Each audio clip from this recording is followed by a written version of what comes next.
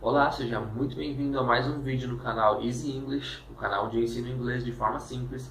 E se você ainda não tem certeza que sabe pronunciar corretamente todas as letras, dá uma olhada no vídeo anterior a esse. Nesse vídeo aqui eu vou falar sobre os números, e eles são divididos em dois grupos, números cardinais e números ordinais. Nesse vídeo aqui eu vou falar só sobre os cardinais. Sendo assim, eu vou separar a explicação em grupos para facilitar a explicação e também a compreensão. Primeiro de 0 a 12. Eu preciso ressaltar algumas pronúncias para garantir que vocês vão pronunciar corretamente a partir de agora. 0, 1, 2, 3, 4, 5, 6, 7, 8, 9, 10, 11, 12. 2. A pronúncia correta é to e não to. Esse to, com som mais carregado, ele só é falado aqui no Brasil e é de uma forma totalmente errada, sendo que a pronúncia correta é to, um som mais seco. Número 3. Para quem se pergunta se tem diferença entre o número tree e a palavra árvore, tree, não tem nenhuma. Número 7. A pronúncia correta é seven e não seven. Por mais que se escreve seven, se fala seven. Número 8. A pronúncia certa é eight, com esse final seco, como se cortasse a palavra no meio. Eight. E H é a letra H. Vocês conseguem perceber a diferença nos sons, né? Eight, número H, H. 11 é a mesma coisa do 7. Por mais que se escreve com E, 11, você vai pronunciar 11. E o número 12, 12. Agora, do 13 ao 19, os números teens. A palavra teen significa adolescente, adolescência. Então, são os números que remetem à idade da adolescência, dos 13 aos 19 anos. Pronúncias corretas são 13, 14, 15, 16, 17, 18, 19. Basicamente, você vai pegar o número normal de 13 a 9 e adicionar a palavra teen no final. As únicas exceções são o 13 e o 15, que ao invés de 13 e 15, tem uma mudança para 13 e 15. 18 tem um segredinho da pronúncia. Você não fala 18 com dois sons de T. Você emenda o T do 8 no T do teen e fala de uma vez só, 18. E o segredo para a pronúncia correta de todos esses números do grupo teen é que a ênfase é sempre no teen. E isso acontece para você não confundir com as casas decimais. Então, os números 40 e 14, por exemplo, se você não colocar ênfase no teen e falar 14 e falar 14, existe uma chance muito grande de você soar como 40, que é o número 40. Então, 14, 40, soa muito parecido. Então, para evitar isso, a gente sempre coloca a ênfase no teen. Então, 13, 14, 15, 16, 17, 18, 19. Com ênfase sempre no final. Agora o que você tem que aprender são as casas decimais.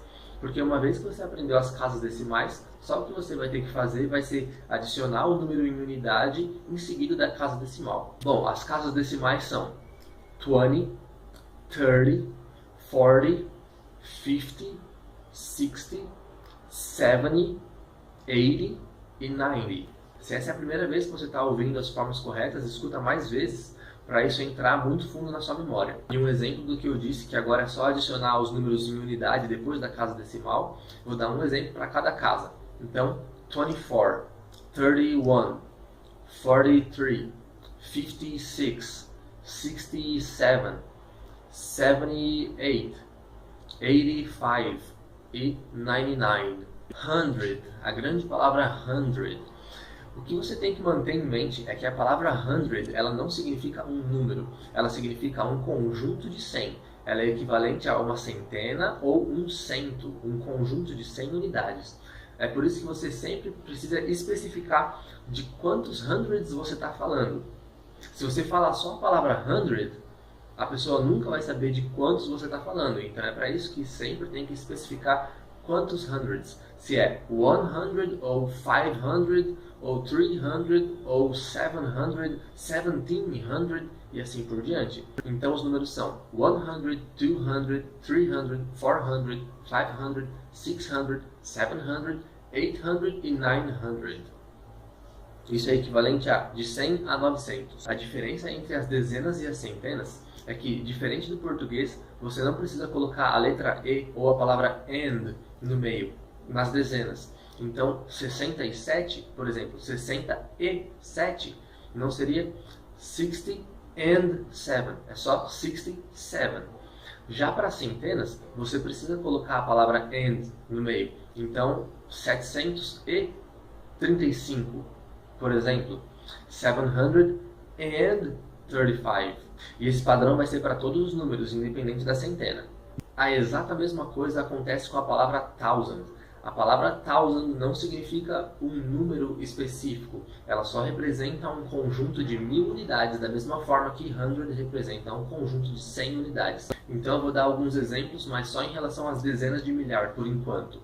3000, 14,000, 25,000, 38,000, 41,000, 55,000, 69,000, 77,000, 83,000 e 94,000. Mas aqui a gente tem uma situação, porque para expressar os números das dezenas de milhar, a gente tem duas formas. O número 1700, por exemplo, ou você fala 1700, ou você expressa ele por centenas. Então, 1700 vão ser 17 centenas.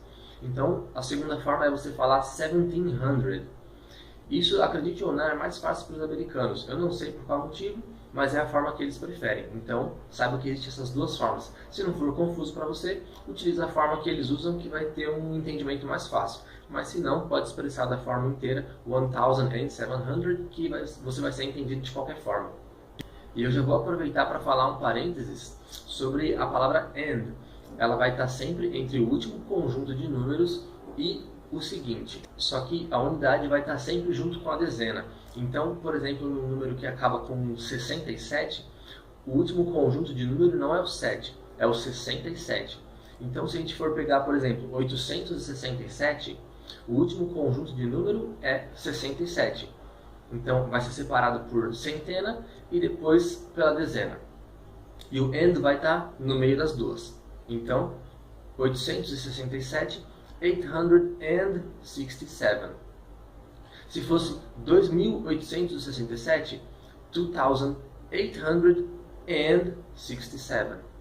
E assim por diante para todos os outros números. Aqui a gente tem duas situações. Primeiro, onde no número só existe a parte da centena de milhar e depois 000. Ou a segunda, quando tem a parte de centena de milhar e depois tem só a centena com a dezena. Nos dois casos, nas duas situações, você tem que especificar quantas centenas e também que a primeira parte do número é referente a milhar. Então, 125.000, por exemplo, 125,000. Essa é a primeira parte do número. Se o número acabar por aí, for só 000 depois, então é só isso. 125,000. Acabou. Só que se for, por exemplo, 125.500, 125,500, porque esse é o último conjunto de número. Então, lembra que o AND ele tem que estar entre o último conjunto de números e a parte seguinte. Então, aqui seguem alguns exemplos para vocês. 240,800, 367,833, 500,000, 793,000, 144, 800,700. O próximo grupo entra na casa dos milhões. A palavra é million e ela é a mesma coisa de 100, é a mesma coisa de 1000. Ela não representa um número específico, ela representa um conjunto formado por 1 milhão de unidades. Mas você tem que especificar quantos conjuntos, de quantos conjuntos você está falando. Então você tem que falar se é 1 million ou se são 10 million ou se 25 million e assim por diante. Não tem muito segredo para falar sobre isso, só que você tem que especificar quantos millions são e depois o resto da leitura vem no mesmo padrão que eu já ensinei. E sobre as próximas duas casas é exatamente a mesma coisa. A palavra é billion e a palavra é trillion. E detalhe na pronúncia, por mais que as três palavras se escrevam com O, million, billion e trillion. A pronúncia é com som de an, então million, billion e trillion. Bom, eu espero que vocês aprendam a explicação que eu dei, eu espero que vocês aprendam e consigam explicar os números de forma natural. Se você aprendeu, explica ou ensina para alguma pessoa que não sabe isso, vai ser uma forma desse conhecimento fixar em você e você ainda vai estar ensinando outra pessoa, você vai estar facilitando a vida dessa pessoa de alguma forma. Julgue o vídeo se você gostou ou não gostou, assista os próximos, se inscreva no canal e até mais. Ah, e antes de eu esquecer, as operações matemáticas básicas. Os nomes das operações são addition, subtraction, multiplication e division. E de quebra tem equal, que é o sinal de igual. Mas no momento da leitura da operação, para algumas operações, tem duas formas de ler, a forma formal e a forma informal. E elas são plus, significa mais, para adição, subtracted by, que é equivalente a subtraído por, ou minus, que é equivalente a menos, para subtração, multiplied by, que é equivalente a multiplicado por, ou times, que é equivalente a vezes, para multiplicação, e divided by, que é equivalente a dividido por, para divisão. E de quebra também tem equal, que é a forma formal para igual, e is, que significa é.